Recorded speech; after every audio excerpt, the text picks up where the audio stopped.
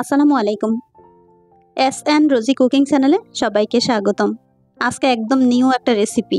এই রেসিপিটা একদম ফার্স্ট টাইম রান্না করি আমি, একদম ওয়াও। সঙ্গে থাকুন, দেখতে থাকুন নিউ রেসিপিটা কি।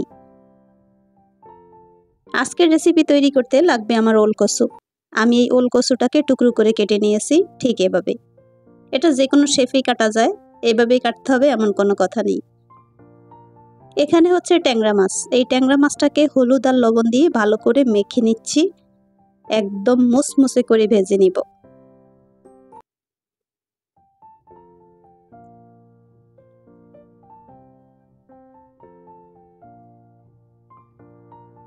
বেশ কিছুক্ষণ আগে এটাকে কেটে পানি ঝরিয়ে রাখতে হবে, যাতে রান্না করার পরে গলা না ধরে। দেখতে পেয়েছেন মাছগুলো একদম এপাশ ওপাশ করে মুসমুসে করে ভেজে নিয়েছি। এখন তুলে নেওয়ার পালা।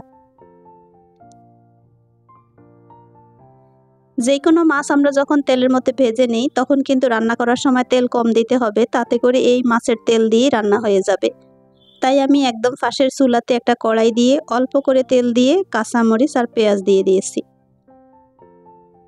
সঙ্গে এখন 1 চিমটি হলুদ পাউডার দিয়ে এটাকে একটু হালকা করে ভেজে নিব।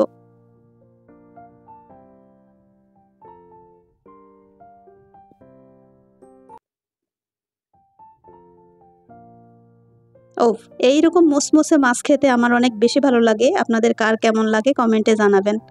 এটা আমার ছেলে মেয়ে অনেক বেশি পছন্দ করে। আমি একদম ঠিক এইভাবে রেখে দিব কয়েকটা। এখন হচ্ছে আমি যেই তেলের মধ্যে মাছ ভেজেছিলাম সেই তেলগুলোর সঙ্গে দিয়ে একসঙ্গে ওল কচুটাকে ভালো করে কষিয়ে নিব। চুলাটাকে লো মিডিয়াম আঁচে রেখে এখন মশলা উপকরণ দিয়ে দিচ্ছি।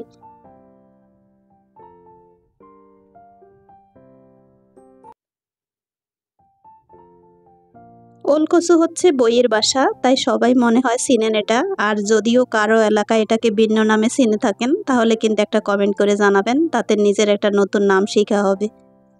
মশলা উপকরণ দিচ্ছি হলুদ পাউডার, মরিচ পাউডার, স্বাদমতো লবণ, ধনিয়া পাউডার, একদম সর্বশেষে দিব জিরা পাউডার।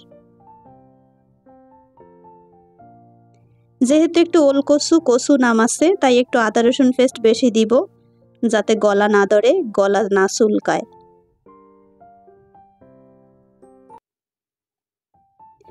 অল্প একটু পানি দিয়ে এটাকে ভালো করে একটু কষাবো, যাতে 50%-এরও বেশি সেদ্ধ হয়ে যায়, তারপর বাকি প্রসেস হবে।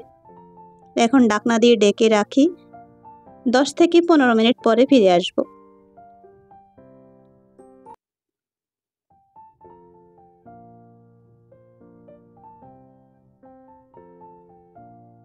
কচুটা খুব ভালো পড়েছে, তাই একদম অল্পতেই সেদ্ধ হয়ে গিয়েছে। সঙ্গে দিয়ে দিচ্ছি 2টো টমেটো কুচি। উপর থেকে বসিয়ে দিব ট্যাংরা মাছ।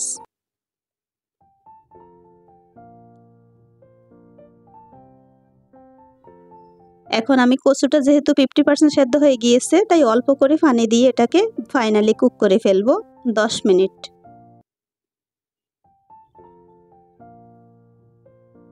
মাছটা যেহেতু মুসমুসে করে ভেজেছি, তাই আমি উপরে এখনো পানিতে ডুবাই নাই। দেখতেই পেয়েছেন উপর থেকে বসিয়ে দিয়ে এখন ঢাকনা দিয়ে দিব।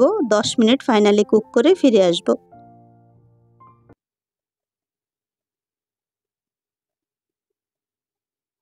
রান্না হচ্ছে একটা কেমিস্ট্রি, যেইভাবে এটাকে যেইভাবেই রান্না করেন না কেন, খেতে যদি সুস্বাদু হয় তবেই কিন্তু আলহামদুলিল্লাহ আলহামদুলিল্লাহ। সর্বশেষে দেখতেই পাচ্ছেন আমি একটু জিরা পাউডার, এটা হচ্ছে ভাজা জিরা পাউডার, তাই একদম সর্বশেষে দিলাম। দিয়ে এটাকে ফাইনালি কুক করে ফেলবো 10 মিনিটের মধ্যেই। সর্বশেষে দেখতেই পাবেন এটার ফাইনাল লুক। ওয়াও, ইয়াম্মি একটা সবজি রান্না হয়ে গিয়েছে। দেখতেই পেয়েছেন পানিটা যখন একদম শুকিয়ে এরকম মাখা মাখা হয়েছে, আমি আপনাদের দেখাচ্ছি একটু নেড়ে। কালারটা কিন্তু একদম সেই লেভেলের হয়েছে, খেতেও কিন্তু দুর্দান্ত হয়েছে। আমি 5 টাইম এইটা রান্না করেছি। এটা হচ্ছে একটা নতুন রেসিপি। এই মাছ দিয়ে ঠিক এইভাবে ওল কচু, এটা ফার্স্ট টাইম রান্না হয়ে আমি একদম ভেরি হ্যাপি। খেতে কিন্তু অসাধারণ হয়েছে। আমি একদম গরম ভাতের সঙ্গে এটা সার্ভ করব। সবাই অনেক বেশি ইয়াম্মি করে খাবে। আপনারা কিন্তু একদম একটা কমেন্ট করতে ভুলবেন না কেমন হয়েছে দেখতে। আশা করছি রেসিপিটা আপনাদের অনেক বেশি ভালো লেগেছে। ভালো লাগলে রীতিমতো একটা রিকোয়েস্ট, একটা লাইক দিয়ে পাশে থাকবেন, আমার চ্যানেলটা সাবস্ক্রাইব করে সঙ্গে থাকবেন। অলরেডি যারা সাবস্ক্রাইব করে ফেলেছেন তাদেরকে অসংখ্য ধন্যবাদ। নতুন আর একটা রেসিপি পাওয়া পর্যন্ত সবাই অনেক বেশি ভালো থাকেন। আল্লাহ হাফিজ, আসসালামু আলাইকুম।